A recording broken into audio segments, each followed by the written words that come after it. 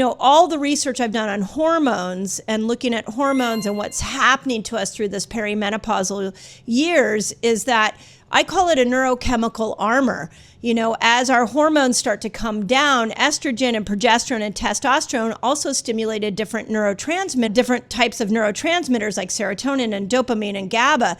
So there's like this neurochemical armor coming down. You're in your mid 40s, maybe your kids are now teenagers or you're launching them into the world. Work is getting really intense or you're going back into the workplace. And so there almost is that explanation you just made of these three phases, where my brain goes is it's much easier to hit those three phases when you don't have as much estradiol, when you're lacking progesterone, when you don't have as much dopamine, serotonin, acetylcholine, glutamate, oxytocin, GABA. I mean, all these neurochemicals are up for grabs as you go through this. So you're going to hit burnout much quicker. Would you agree?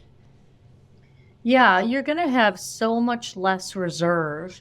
You know how I was saying at the beginning, like where you are from burned out to fully charged is whether you have a net gain or a net drain of energy on a physical, mental, emotional, social, and spiritual level. Well, one of the levels is under physical is stress and hormones. And so that's the physical part of it. Now, I want you to imagine the mental part of you is going to start saying, I thought I knew my body. Oh my God, I didn't sleep well last night. Oh my God, I'm getting, my midsection is getting fat on it now. Like, what is going on here? So now the thoughts start draining. Emotionally, you're going to feel moody. You're going to feel all these things because your hormones are all changing. You might even not have a sex drive anymore. So socially, it might shift your relationships and how you're connecting intimately and otherwise. And then on a spiritual level, it's almost like when we were teenagers and our body was changing and we didn't have control of it and our hormones are changing and our world is changing. And, it's like this whole experience that kind of menopause for me has gone across all levels. And so when you say it's easier, when you say, is it easier to burn out? I have to say, yes. I think that it depends on how much reserve you have. Now, let's say some of our coping mechanisms were eating sugar. If sugar is your thing, that has been shown to, intensify these symptoms. And so we are now having to not only experience all these changes in our body and our moods and all of this, we sometimes have to give up the coping mechanisms we've been using to manage the stress in our lives. Yeah. So and you also have the other side of this where your adrenals are supposed to actually come over and start making some sex hormones. But if you're like in full cortisol production, the adrenals are like, hey, no, I'm over here making cortisol. So it's what I think is, I'm hoping people are grabbing from this part of the conversation is that burnout is real for the perimenopause and menopausal woman. And, I think this is why a conversation like this is so ridiculously important for that age, because I feel like if you go into your perimenopausal years knowing this could be, that burnout is going to be a much easier state that your body and your brain's going to go into, at least if you have some awareness, you might be able to catch it before it totally takes you down. At least that's the way my brain thinks. So what are your thoughts on that? No, I think that was well said. I think that's really well said. And I think each person, the trick here is that there's the stress that's going on for all the things we think we should do, need to do, have taken on.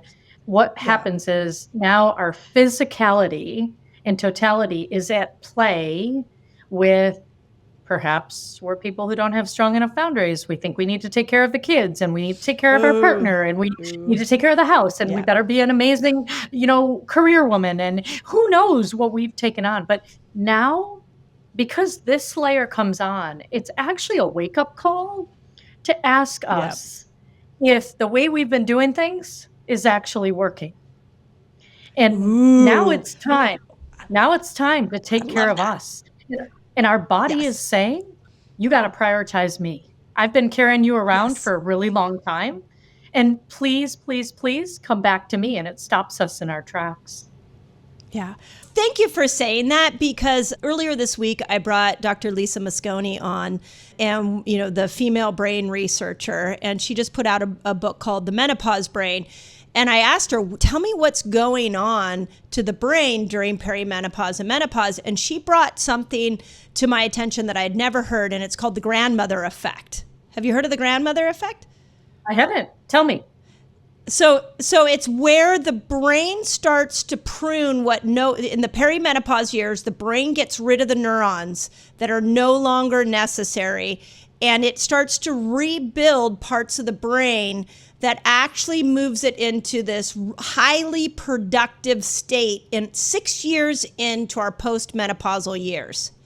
And they call it the grandmother effect because it used to be, when we were back in the hunter-gatherer age, that it was the grandmother that would bring food back to the community and would take care of the kids while the mother was tending to the baby she just birthed. And, not to be sexist, but the men were out hunting. So the grandmother kept the peace and kept structure to the community while they were looking for food. So there became this reorganization of our brains to step into this incredible leadership role.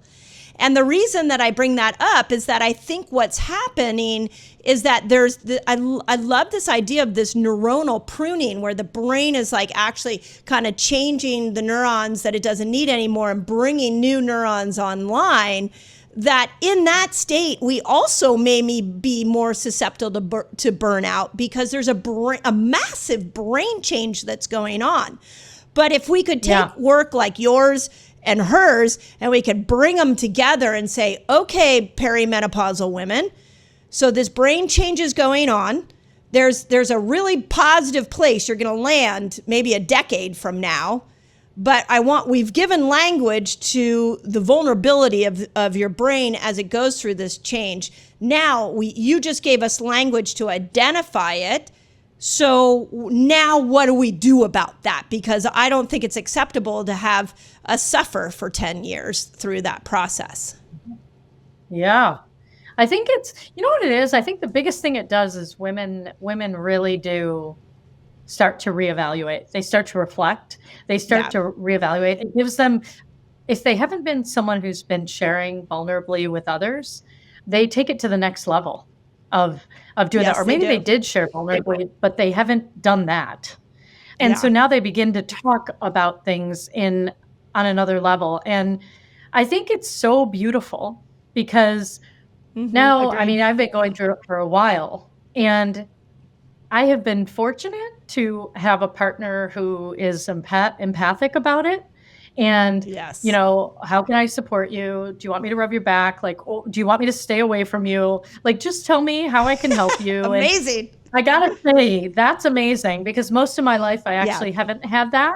But I think it's been really, so I think finding somebody who you can talk to as well and really share this, even in addition to your doctor, of course your doctor, but there's something every day about this that had me feeling quite vulnerable through it until I could figure it out. Because these aren't quick fixes, it takes time to normalize hormones. It takes time to get off sugar and have the effect, have you feeling less intense hot flashes and what's happening. So it's almost like we're moving from the quick fix to the rhythms of nature.